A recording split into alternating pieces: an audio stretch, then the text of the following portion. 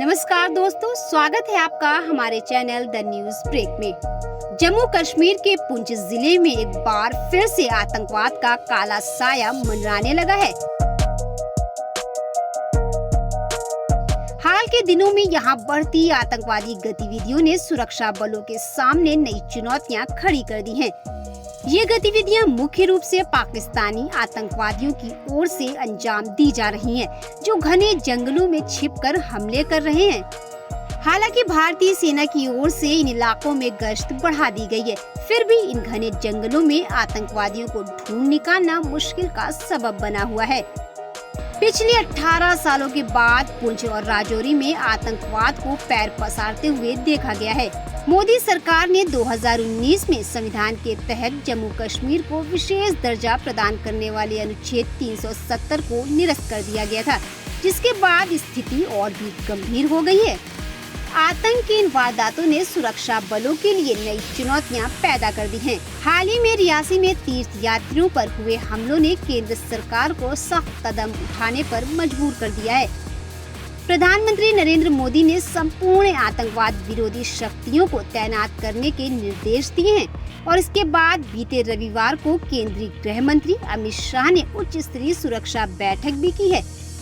इन बैठकों में इस बात को केंद्र में लाया गया है कि सरकार आतंक से जुड़े सभी मसले को कितनी गंभीरता से ले रही है। इसके साथ ही पीर, पंजाल और चिनाब घाटी क्षेत्रों में हिंदू समुदायों को सुरक्षित रखने पर भी प्रमुखता से ध्यान दिया जा रहा है। आपको बता दें कि ये वही क्षेत्र हैं जिन्हें 2 दशक पहले आतंकवादियों द्वारा बार बार निशाना बनाया गया था। जम्मू कश्मीर के पुलिस प्रमुख आर स्वैन ने बताया कि आतंकवादियों का एक बार फिर से इस तरह सक्रिय होकर आतंकी घटनाओं को अंजाम देना महज 1990 के दशक में घाटी में मचाए गए नरसंहार का एक नया तरीका है। हाल में घाटी में अस्थिर माहौल के बीच पुलिस ने ग्राम रक्षा गार्ड्स VDG को फिर से एक्टिव किया है। बता दें कि ये गार्ड्स सरकार द्वारा ट्रेंड और सशस्त्र स्थानीय निवासी होते हैं, जो किसी भी संदिग्ध गतिविधियों की तुरंत रिपोर्ट करने में महत्वपूर्ण भूमिका निभाते हैं। ये गार्ड्स डोडा, पुंछ और राजौरी में 28,000 VDG में से अधिकांश हिंदू समुदाय से हैं। वहीं राजौरी इलाके में आतंकवाद विरोधी अभियानों का नेतृत्व करने वाले पूर्व पुलिस अधिकारी सैयद अहफादुल मुस्तबा ने आतंकवाद का मुकाबला करने में स्थानीय सामुदायिक समर्थन की महत्वपूर्ण भूमिका पर जोर दिया है। उन्होंने कहा है कि प्रभावी तरीके से की गई पुलिसिंग समुदाय के सहयोग पर निर्भर करती है। जब लोग प्रशासन की ओर से किए जा रहे प्रयासों के साथ जुड़ते हैं तो सूचना का प्रभाव और मजबूत होता है। बता दें कि अक्टूबर 2021 से इस क्षेत्र में 39 सैनिकों और 20 नागरिकों की मौत हुई है। रिपोर्टों से संकेत मिलता है कि पुंछ, राजौरी और डोडा में कई आतंकवादी समूह अभी भी एक्टिव हैं, जो एडवांस हथियारों और जंगलों में युद्ध करने में ट्रेंड हैं। उनके पास अमेरिका में बनी हुई M4 कार्बाइन के हथियार के साथ साथ युद्ध में अपनाई जाने वाली एडवांस टेक्नोलॉजी भी है।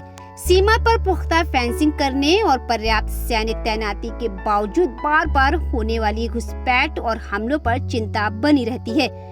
अधिकारियों का कहना है कि जम्मू में सशस्त्र बलों और नागरिकों को निशाना बनाकर किए गए हमले तनाव बढ़ाने और सांप्रदायिक संघर्ष को भड़काने की सोची समझी रणनीति को दर्शाते हैं। इसके अतिरिक्त सीमा पार से ड्रग्स की तस्करी सेना के लिए सुरक्षा चुनौतियों को और बढ़ा देती है, जिससे सैन्य अधिकारियों को एक साथ कई मोर्चों पर लड़ना पड़ता है।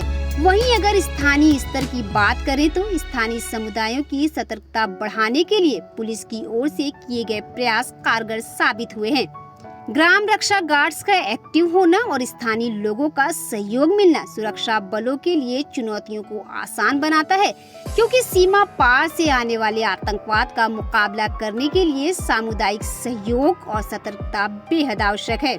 जम्मू कश्मीर के पुलिस प्रमुख आर स्वैन ने कहा कि दुश्मन हमारे लिए एक नई चुनौती पेश कर रहा है, जिसका पुरजोर तरीके से जवाब देने के लिए हम दृढ़ संकल्पित हैं। हम उन्हें एक एक करके पूरी तरह से खत्म कर देंगे। उन्होंने आगे बताया कि पुलिस और सेना का सबसे पहले मुख्य उद्देश्य स्थानीय समुदायों को सुरक्षित करना है। इसके लिए वे कई तरीके भी अपना रहे हैं, जिनमें गश्त बढ़ाना, सामुदायिक सहयोग को प्रोत्साहित करना और आधुनिक हथियारों का उपयोग आदि शामिल है। इसके अलावा केंद्र की मोदी सरकार भी घाटी में अमन और शांति स्थापित करने के लिए सख्त कदम उठा रही है।